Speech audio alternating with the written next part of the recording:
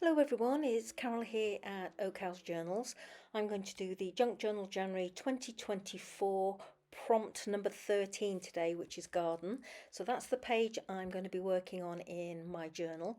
And I've lifted out this Sizzix die of a brick wall. The information will be in the description box below the video. Now these are the pieces that were left over from the last time I played with this die. I've got a couple of random bricks there and you'll see me use those in a moment. So here I'm just trying to choose a background. I've lifted out one and then I spot this one in a book called The West Country is a Garden, and I decide that this is the one I like better. So that's just the front page from that book, and I'm using the bottom portion of it to create a backing for the wall that I'm about to create at the bottom of that page that I'm going to use as my background, which, as you can see, I've just trimmed to size. So here I'm just randomly ripping across the top of that title page to form a backing for my wall. I'm going in here with some vintage photo distress oxide ink, and this was the negative of the stencil the last time I used it, or the die cut the last time I used it, and there are some of those random little pieces that were left over, and I decided that I'm going to try and fit them in the wall, but it was too much of a task to actually try and put them in place. So I go in with that negative die cut and draw around where the bricks should be and use that almost as a template for where I need to position them. You saw me go in there with a bit more distress oxide ink to add more colour to my background, and here I'm just trying to choose some of the bricks that work well together, and I'm gradually building up my brick wall brick by brick, choosing the bricks and then dabbing a spot of glue on the back and gluing them in place. And the negative of the die cut worked perfectly for giving me an idea of how to keep my lines almost straight. So that's my wall finished, and I'm liking how it's looking there. Got a few that go over the edge, so I'm just ripping those away, and then I go in again with my vintage photo distress oxide ink, there we go, to add more colour to the edge of my bricks, and then just generally rubbing all over, again trying to blend everything in together, because some of those bricks were a bluey shade, some were a grey, some were white, so I'm trying to make them all sort of blend in and make it look a bit like a stone wall that you see in the countryside.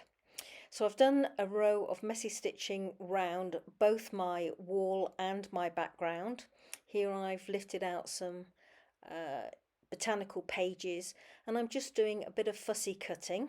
There's my piece that I'm just trying to dab in that top left hand corner, and here's two more pieces that I cut out, fussy cut out.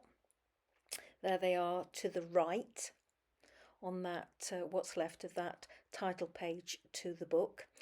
I've lifted out a Mackie stamp here, and I'm using black archival ink, and I'm just going to stamp a couple of random stamps on my wall, so trying to get an impression there on the left hand side. I knew I wouldn't get a perfect impression because of the wall and the gaps between the bricks, but I've got enough of an impression. Here I'm going in with some Ranger Distress glaze. I've used pumice stone, and also the other one was vintage photo, so I'm just randomly sprinkling my glaze onto my wall and then blasting with a heat gun from the reverse. I went in very gingerly with this distress glaze because it's a new product for me. I only got some of it at Christmas, so I'm not quite, just trying to feel my way to using it. Loving it, I have to say, really enjoying using it. So as you saw there, I went in with a little bit more. So that's what my wall looks like now, and these are the little pieces that I fussy cut, and I'm just positioning them around the wall, trying to decide where I want them to go. So this one I'm having on that bottom corner. You'll see I add a lot more pieces that I fussy cut. I break off a bit from the bottom of that little flower there, and I'm just gluing it onto the bottom to add a little bit more interest. It's not quite stuck down, so I'll just tuck it underneath and then in with the next one. As I say, I do add quite a few bits of foliage to this piece before I'm finished. So I wanted a piece that looked like it was hanging over the wall, so that's what I'm trying to glue in place here. None of this is glued down. The wall pocket isn't glued down, nor the background. That's why I'm putting paper clips in place, just using them to give me an idea of how it will look. This is a tag I made ages ago. It's got vellum over the top of an image, and then I went mad with Moocraft stickers. And I'm trying to decide whether to use it or not, and how to position my flowers. Now, I originally thought that I would create a small journaling card and have that tucked behind the wall with the foliage actually glued onto the journaling card, but I move away from that idea, and you'll see how this progresses in due course. This is an image of a flower fairy that I back with some wallpaper to give it a bit more rigidity, and then I go in and fussy cut it. It was very difficult to fussy cut, because it was quite a fine, delicate image there, especially when you get into the flowers, but also because I backed it with this vintage wallpaper, and it was on pretty thick matte photocopy paper to start with. So it was a bit of a challenge, but I managed to get through it in the end. So here I'm going in and adding a dab of glue to all the pieces that I fussy cut. The flower fairy and the foliage didn't quite stay in one piece, but that was to my advantage, because you'll see that I use the foliage in various other places on this page. So I'm going in initially and gluing 2 pieces of fussy cut flowers to my background.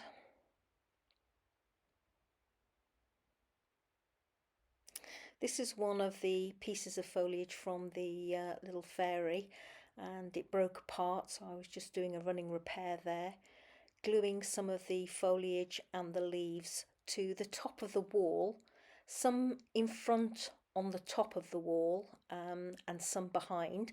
As you can see, I've added some behind there, and then going in here with some on top of the wall, and just again auditioning that tag there. And I'm trying to decide whether to glue my little flower fairy onto the tag, or, as you can see me here, position it on the wall. And I decide I'm going to have it on the wall because I'm still not convinced I'm going to be using that tag. I put a little tiny dab of glue along the fairy's legs to see if I like where he's going to sit on the wall. I like the position that he sits in when he's on the wall, so I go in and add some more. Now, we did have a little bit of foliage that survived on his head, and I cut that off after I positioned him on the wall, and this is what I'm gluing in place, or was gluing in place there.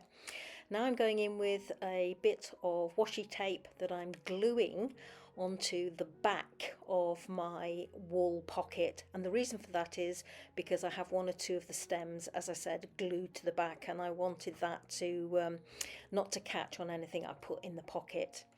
So my piece is finished, but I decide rather than just glue it to the background, I'm going to make a pocket. So there was a scrap of that background left over, so I'm just putting it onto the inside edge of what will be my pocket, and then I go in and I glue on 3 sides my background. And I think at this stage my pocket is, or my wall is already glued in place. So I'm just pushing the glue in place with my fingers and then going over with my bone folder. And as you can see, I've got my tag and a scrappy scrap to one side, and I'm trying to decide which one to use. Both go well, but I think the tag goes slightly better, and it is actually the tag that wins out at the end of the day. And I use that scrappy scrap behind the fabric journal pocket that I created for prompt number 9, which was foliage. So there we go, everybody. This is my finished piece for today's prompt number 13, which is garden. So I really hope you enjoyed seeing this one come together. The wall was certainly fun to do, and I'm actually thinking of using that again for the next prompt, which is number 14, pattern. So I hope you'll join me for the next video in this series. Until then, take care, everybody. Bye bye now.